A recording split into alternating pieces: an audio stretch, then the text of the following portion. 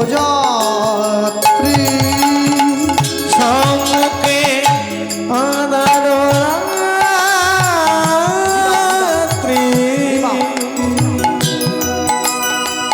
ওগো তুমি যে পথযাত্রী ওগো সম্মুখে আধার রাত্রি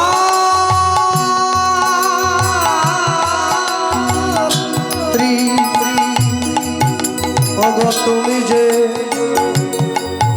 পথযাত্রী সম্মুখে আধার রাত্রি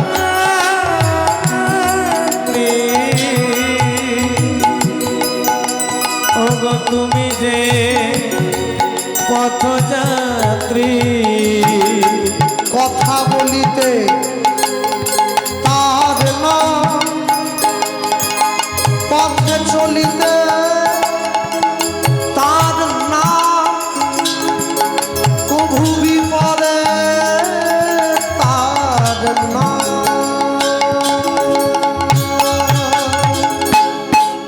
পথ চলিতে আর বলিতে পথ চলিতে আর বলিতে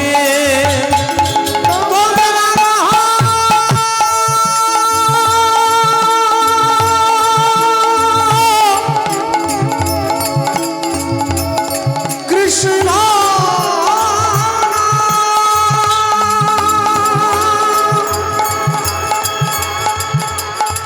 মধুর না গাহো না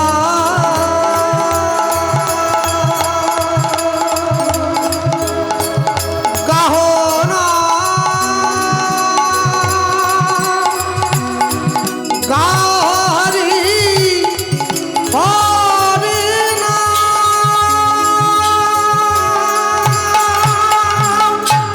পথ চলিতে আর বলিতে হরি গৌর ব্রহ্মানন্দ হরি আর বলিতে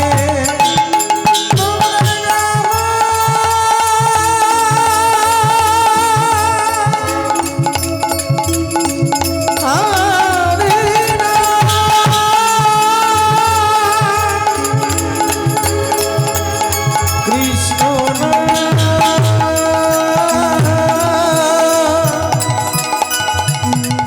হরি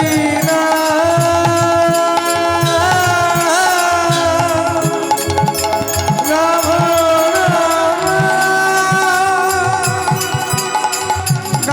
হরি হরি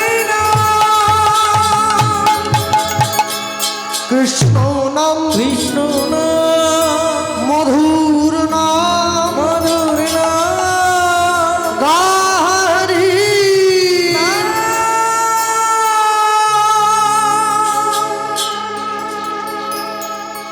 নিতাই চাঁদের হাতটা ধরে উদ্ধারণ দত্ত এক পা দুপা করে সূর্যদাস পণ্ডিতের ঘরের দরজায় এসে দাঁড়িয়েছে।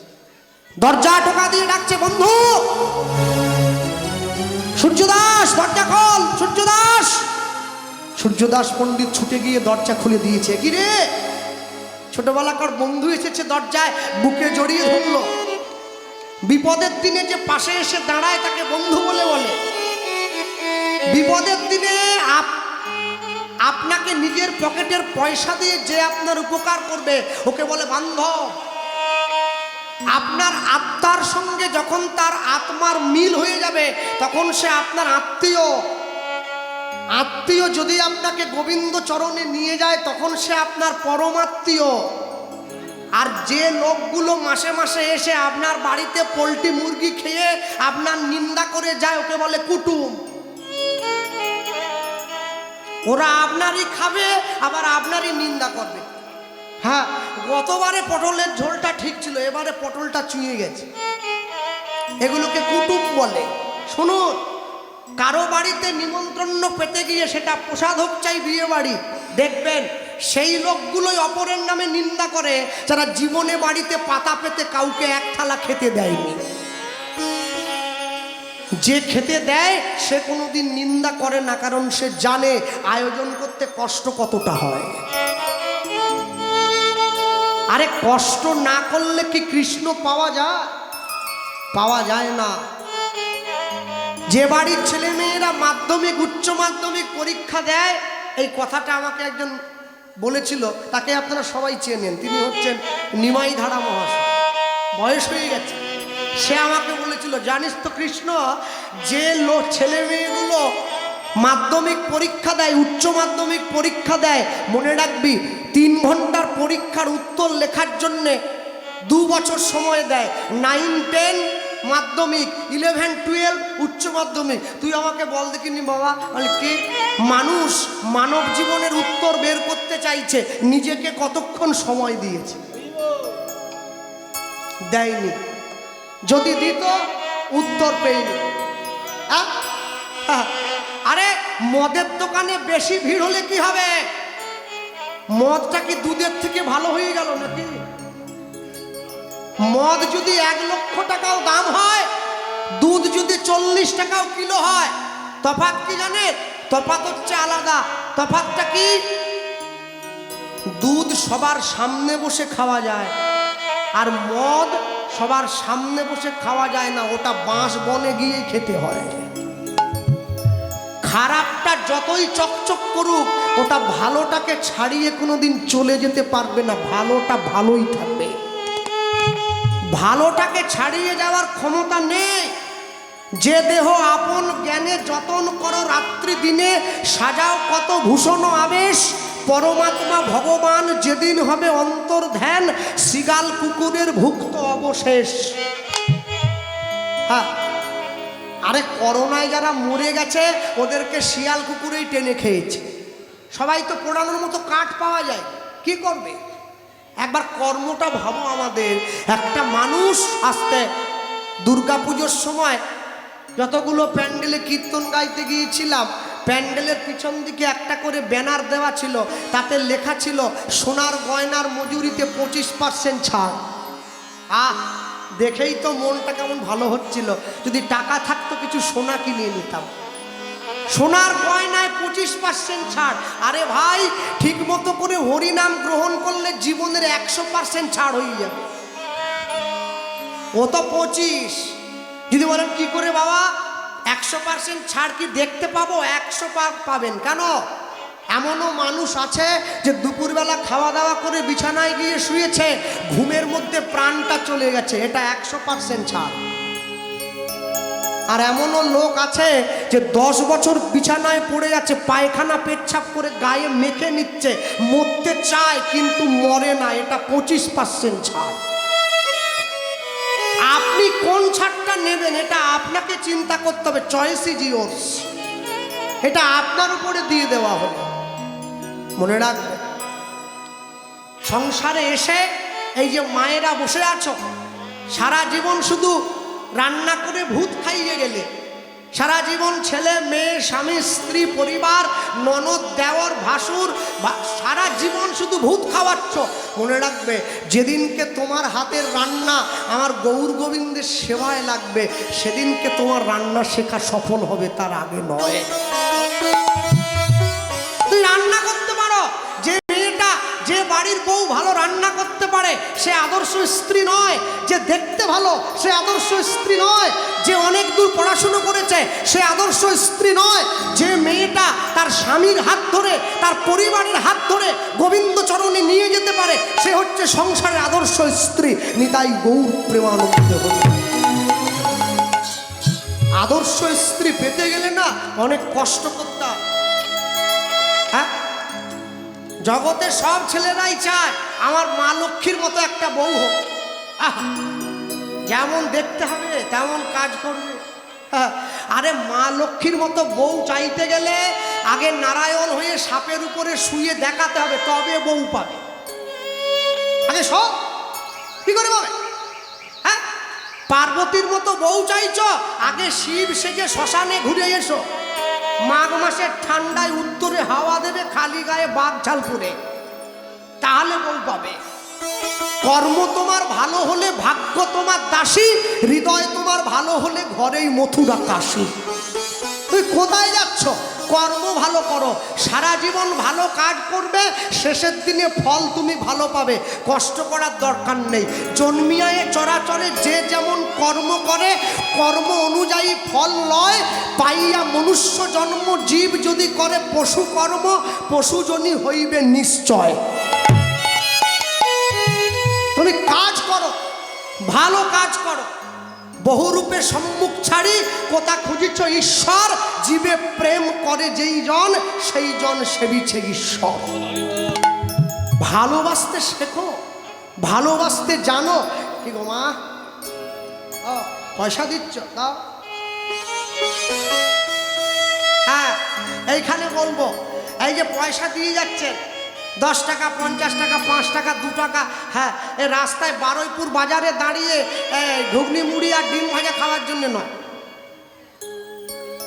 এ পয়সা গোবিন্দ সেবার জন্য। কি তাই তো নাকি? সেই উদ্দেশ্যে দিচ্ছে তো। যদি উদ্দেশ্যের পয়সা অসৎ উদ্দেশ্যে ব্যবহার করি, তাহলে এ জীবনে কীর্তনিয়া হলেও সামনের জীবনে কিন্তু হবে না। কেন?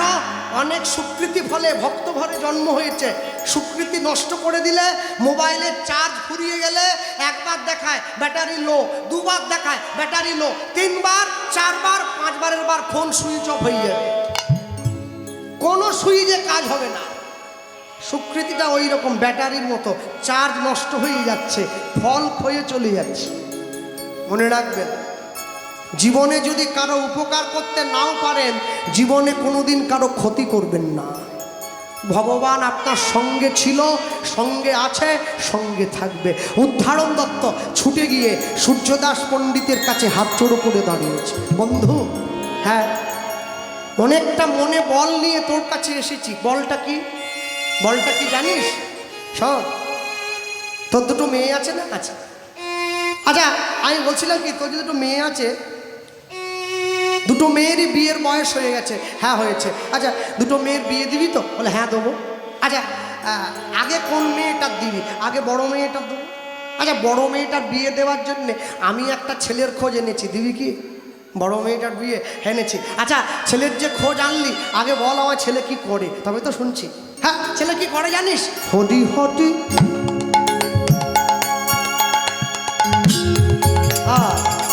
হরি হরি হরি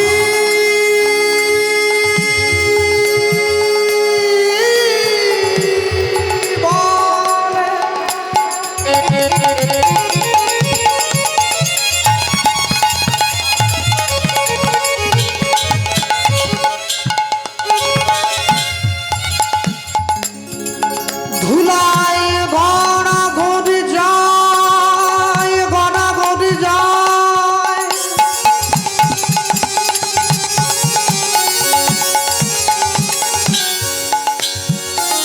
পাপি তাপি দেখলে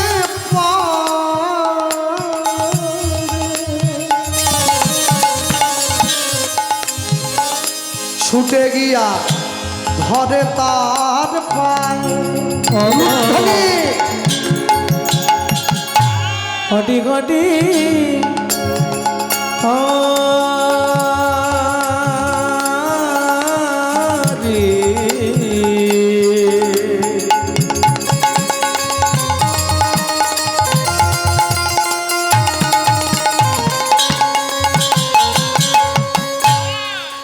ঘটি ঘটি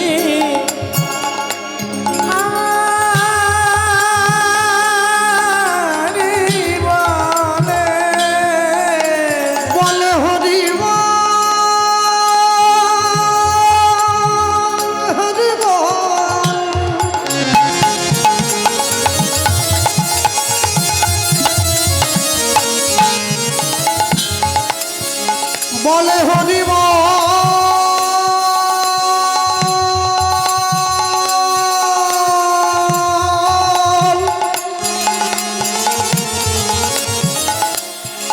বলে হরি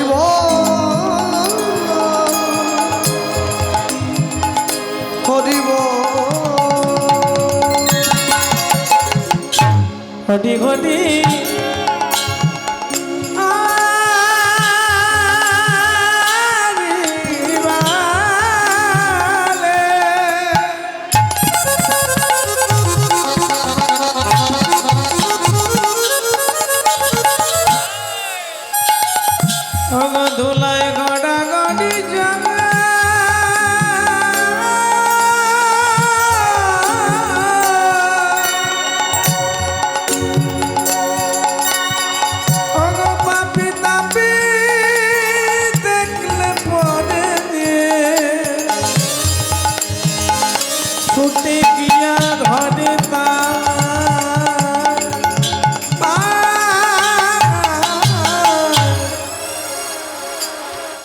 শুনলেন আপনারা, যে পদাবলীর পংক্তি শুনছেন, এটি প্রভুপাদ রসরঞ্জন গোস্বামীর লেখা।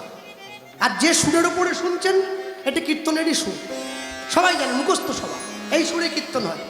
বেশ, আচ্ছা, ভগবানের গুণকীর্তন এমন এক ধারা যার মধ্যে জগতের সব সুর লুক্কায়িত আছে। আমি গাইতে পারি না, আমি শিখতে পারি না, এর জন্য কীর্তনকে দোষ দিলে হবে না। লক্ষ্য রাখুন, হরি হরি হরি বলে। হ্যাঁ, আচ্ছা, যদি গাই, চেষ্টা করতে পারি। এই আসরে এমন অনেক মানুষ বসে আছেন, জ্ঞানী গুণীজন, যারা শুধু কীর্তন নয়, রবীন্দ্রসঙ্গীত গায়, কেউ নজরুল গীতি গায়, কেউ বাউল গায়, কেউ পল্লী গীতি গায়, কেউ ক্লাসিক গায়, কেউ লাইভ ক্লাসিক গায়, কেউ পিওর ক্লাসিক গায়। সকলে শুনুন, কীর্তনের মধ্যেও সুর আছে। আমি গাইতে পারি না, এটা আমার দুর্বলতা। হরি হরি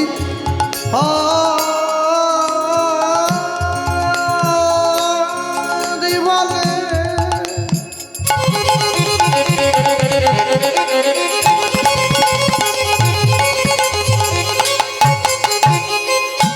আচ্ছা, এই গানের শুরু যদি গাই, বেহাগ যদি না হয় রাজি,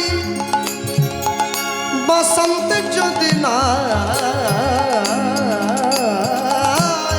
আসে, ও গো এই আসরে জীবন তুমি থাকো বন্ধু আমার পাশে।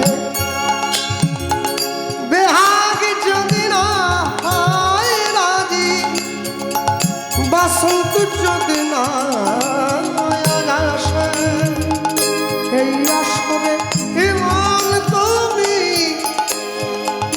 থাকো বন্ধু আমার পাশে। যদি সুরটাকে আরেকটু কোমল করি, চেষ্টা করতে পারি, কি বলবো? তোমার ভুবনে ফুলের মেলা, আমি কাঁদি সাহারায়। তোমার ভুবনে ফুলের মেলা, আমি কাঁদি সাহারায়। ও গো কমলিকা,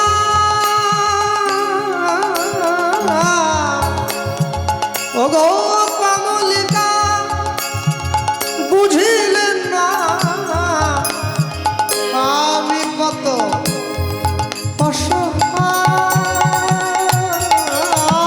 তোমার ভুবনে ফুলের মেলা, আমি কাঁদি সাহারায়। তোমার ভুবনে ফুলের মেলা, আমি কাঁদি সাহারায়। এই সুরটাকে আরো কোমল করি, চেষ্টা করতে পারি। আগুনের পরশ মনে ছোঁয়াও প্রাণে,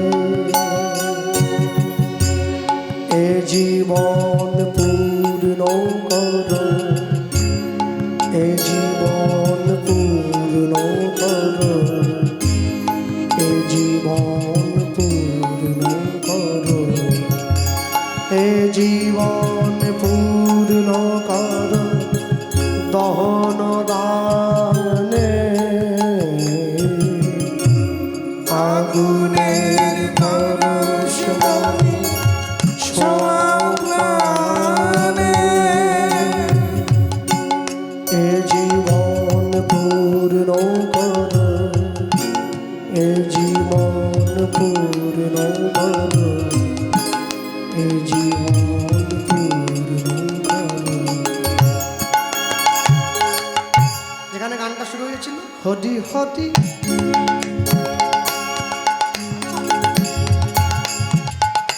হরি হরি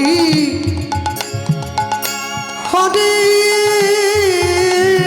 বলে।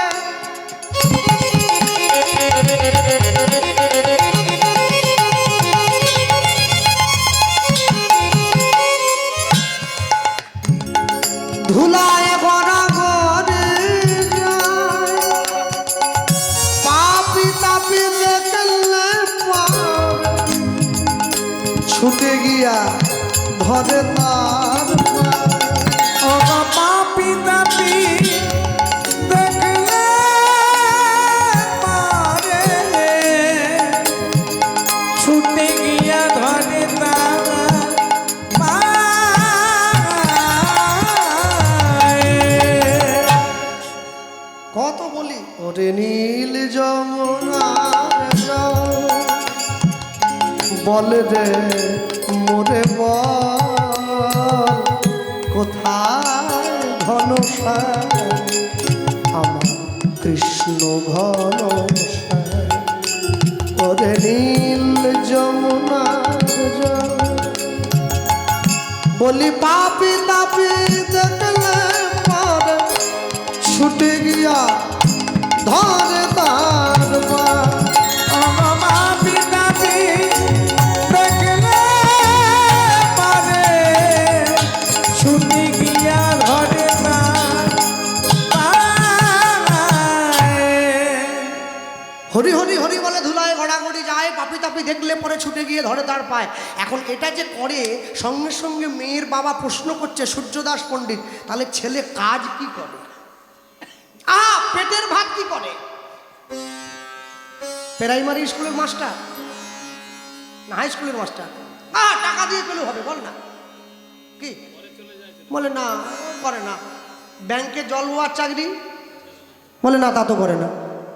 আচ্ছা মানে বলছিলাম স্কুলে ঘন্টি বাজাবাচ্ছে, গ্রুপ ডি বলে না, তাও করে না।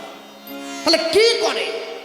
শোনো, আমি একদম ডাউন হয়ে যাচ্ছি, একদম নিচে নামলাম, ওর থেকে নিচে আর নামতে পারবো না।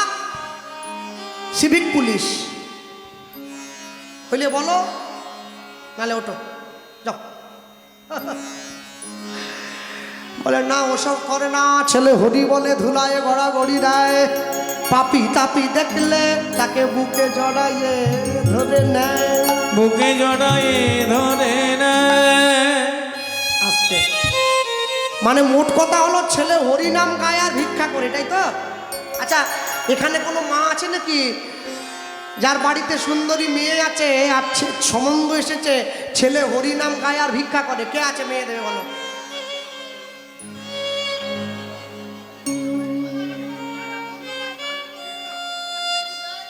হ্যাঁ মা লাস্টে দিও, পরে দিও। এই মা যে এনেছে এই মা দিয়ে দিক, আর এখন কেউ দেবে না, লাস্টে দিয়ে দিও, একদম শেষে দিও। হ্যাঁ হ্যাঁ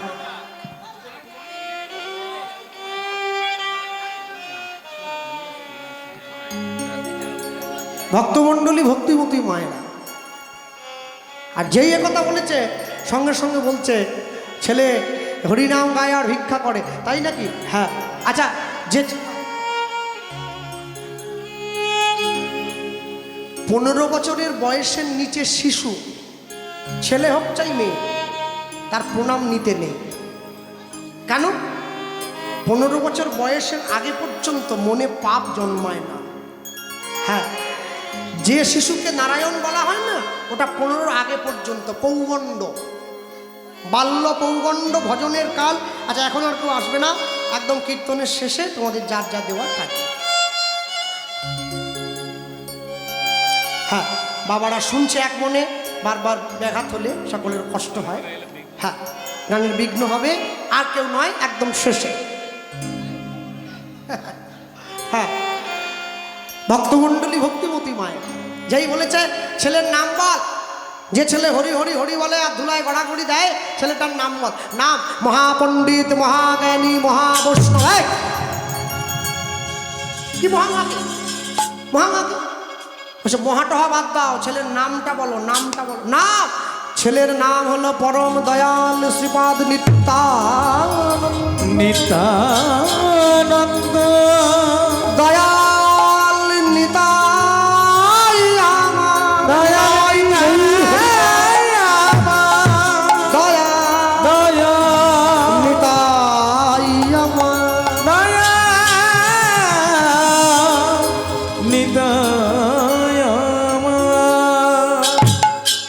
যেই নিতাই চাঁদের নামটা বলল, নিতাই চাঁদের নামটা বলা মাত্র সূর্যদাস পণ্ডিত উঠে দাঁড়িয়ে উদ্ধারণ দত্তের হাত ধরে টানতে টানতে বাড়ির বাইরে বের করে দিল, দূর হয়ে যা।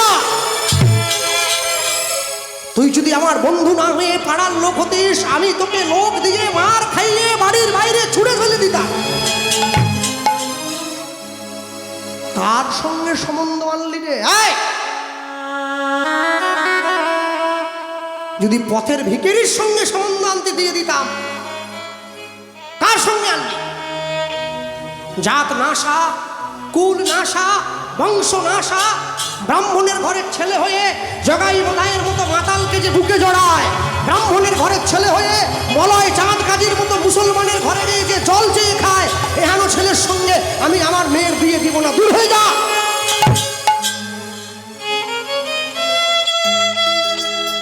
যেই দূর হয়ে যা বলল, উদ্ধারণ দত্ত ছুটে গিয়ে সূর্যদাস পণ্ডিতের পা দুটো জড়িয়ে ধরেছে। বন্ধু, না জেনে না বুঝে আমায় তাড়িয়ে দিচ্ছিস? হ্যাঁ দিলাম, আমি দিলাম। শোন, আমি ব্রাহ্মণ, গৌরীদাস পণ্ডিতের বড় ভাই সূর্যদাস পণ্ডিত। আমি কখনো কোনো মতে নিজের বংশের সম্মান ধুলোয় মেশাবো না। চলে যা, যা, যা, যা, যা, যা, যা, চলে যা, চলে যা। নিতাই চাঁদ দাঁড়িয়ে আছে দরজার বাইরে দাঁড়িয়ে। নিতাই চাঁদ শুনছে, শুনছে কি বলছে। নিতাই চাঁদ দাঁড়িয়ে শুনছে। মেয়ের বাবা চিৎকার করে উদাত্ত কণ্ঠে বলে উঠছে,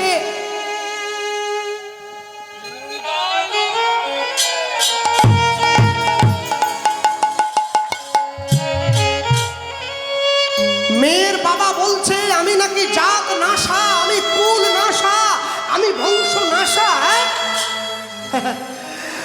আমি নাকি মুসলমানের ঘরে গিয়ে জল চেয়ে খেয়েছি, আমার জাত চলে গেছে, আমার ধর্ম নষ্ট হয়ে গেছে। ভালো বলেছে, কিন্তু ভালো বলেছে। ওরে ওরে, আমার ভাই আমাকে নাকি, শোনো, বাংলার মানুষ, আমার ভাই আমাকে পাঠিয়েছিল বাংলার মানুষের দায়িত্ব নিতে। যে মানুষটা একটা মেয়ের দায়িত্ব নিতে পারবে না, যার বাবা তাড়িয়ে দিচ্ছে গলা ধাক্কা দিয়ে, একটা মেয়ের দায়িত্ব যে নিতে পারে না, সে কি করে বাংলার মানুষের দায়িত্ব নেবে? নিতাই চাঁদ মনে মনে ঠিক করছে, আমি এই পাপ মুখটা নিয়ে আমি মহাপ্রভুর সামনে আর যাব না, আমি যাব না। আমি গঙ্গার জলে ঝাঁপ দিয়ে প্রাণ বিসর্জন দেব। দুই হাত তুলে নিতাই চাঁদ ছুটতে আরম্ভ করলেন। কই কৃষ্ণ, কোথায় কৃষ্ণ, কোথায় কৃষ্ণ, দেখা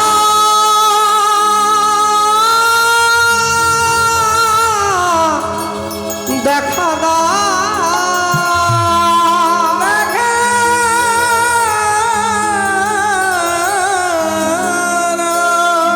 দেখা দা, দেখা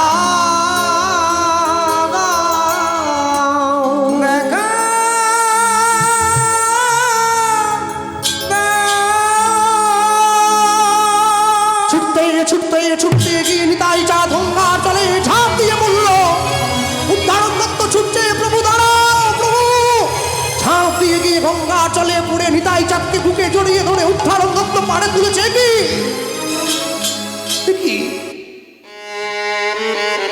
কি তুমি কি করলে?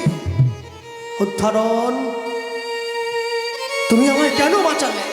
কেন? আমি জীবনটা নষ্ট করে দিতে চেয়েছিলাম না, না, না।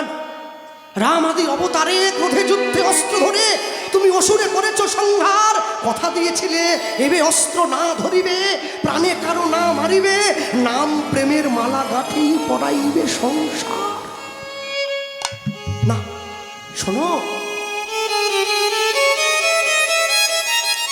নিজে চলে গিয়ে কোনোদিন কাউকে শাস্তি দেওয়া যায় না। নিজে মরে গিয়ে কি অপরকে শাস্তি দেওয়া যায়? আত্মহত্যা কারা করে? যারা বোকা, যারা মূর্খ, যারা চেতনাহীন, তারা তো আত্মহত্যা করে। আচ্ছা, আত্মাকে দান করতে পারবে? হত্যা করতে যাচ্ছ যে না।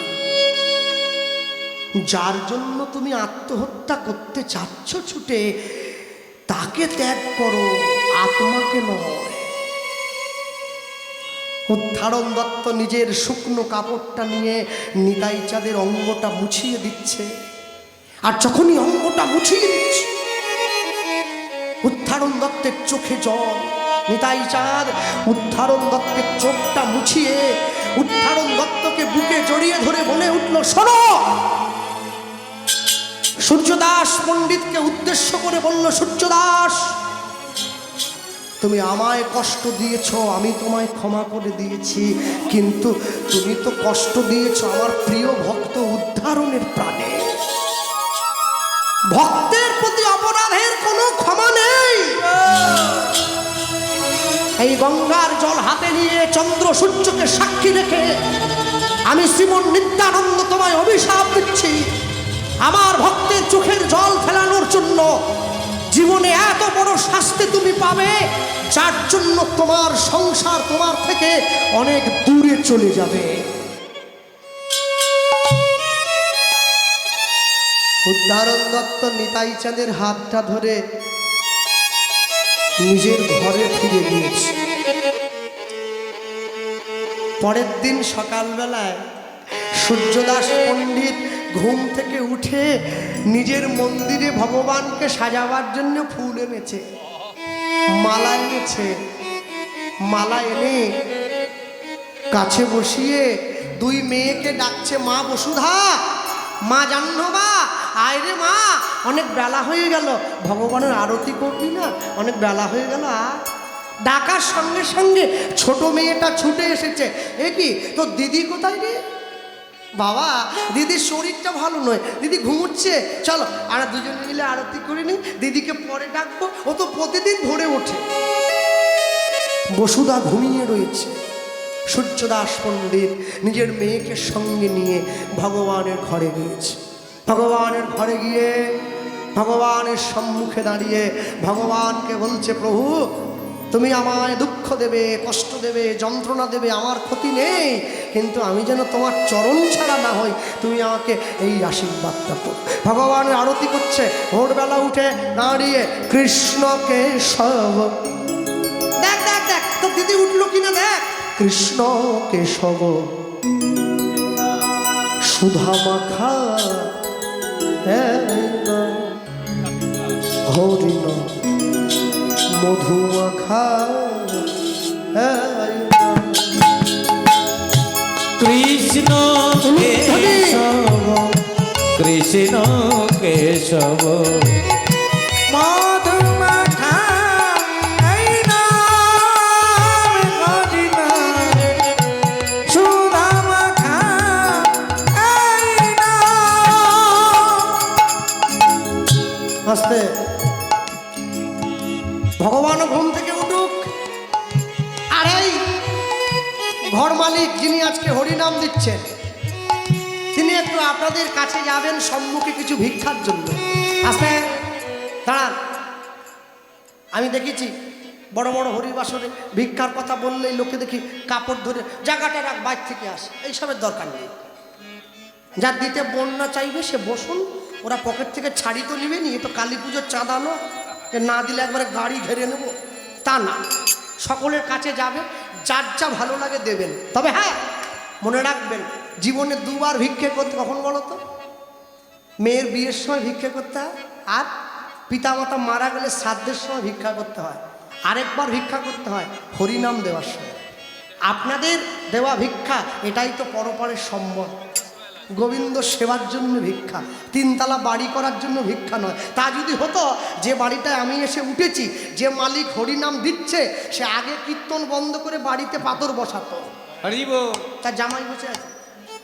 আমাদের মেদিনীপুরে হলে বলে আগে কীর্তন বন্ধ কর, বাড়ি ঠিক কর, পরে হরিনাম হবে। কোন আর থাকার জায়গা নেই, সে হরিনাম করাচ্ছে চারটে দল দিয়ে। হায় হায়, এত ভক্তের সেবা, ভিক্ষা তো দিতেই হবে। কৃষ্ণ কেশব অনুধ্বনি কৃষ্ণ কেশব মধুমাখা এই নাম মদিনা সুধা মাখা এই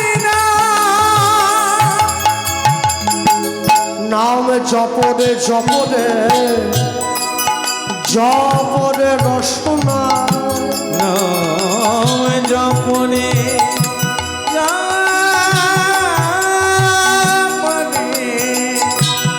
জপনে রসনা হরে কৃষ্ণ জয়নি তাই কবার বলছি জপরে জপরে জপরে তিনবার একবার বলবে নিজের জন্যে একবার বলবে যে বলতে পারে না তার জন্যে আরেকবার বলবে যে বলতে পারে কিন্তু বলে না তার জন্যে নাম জপরে জপরে জপরে রসনা নাম জপনে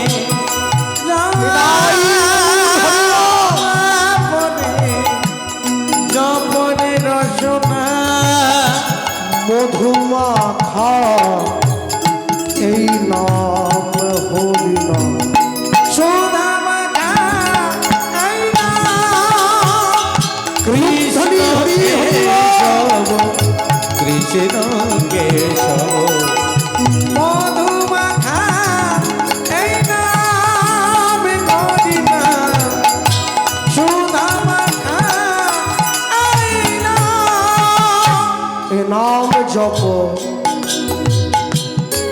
ভোলো আপনারে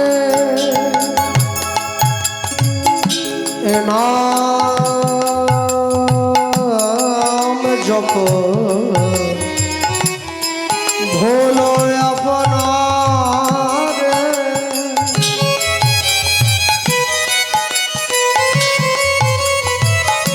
দূরে যাবে জানা প্রেম পারা বারে এই নাম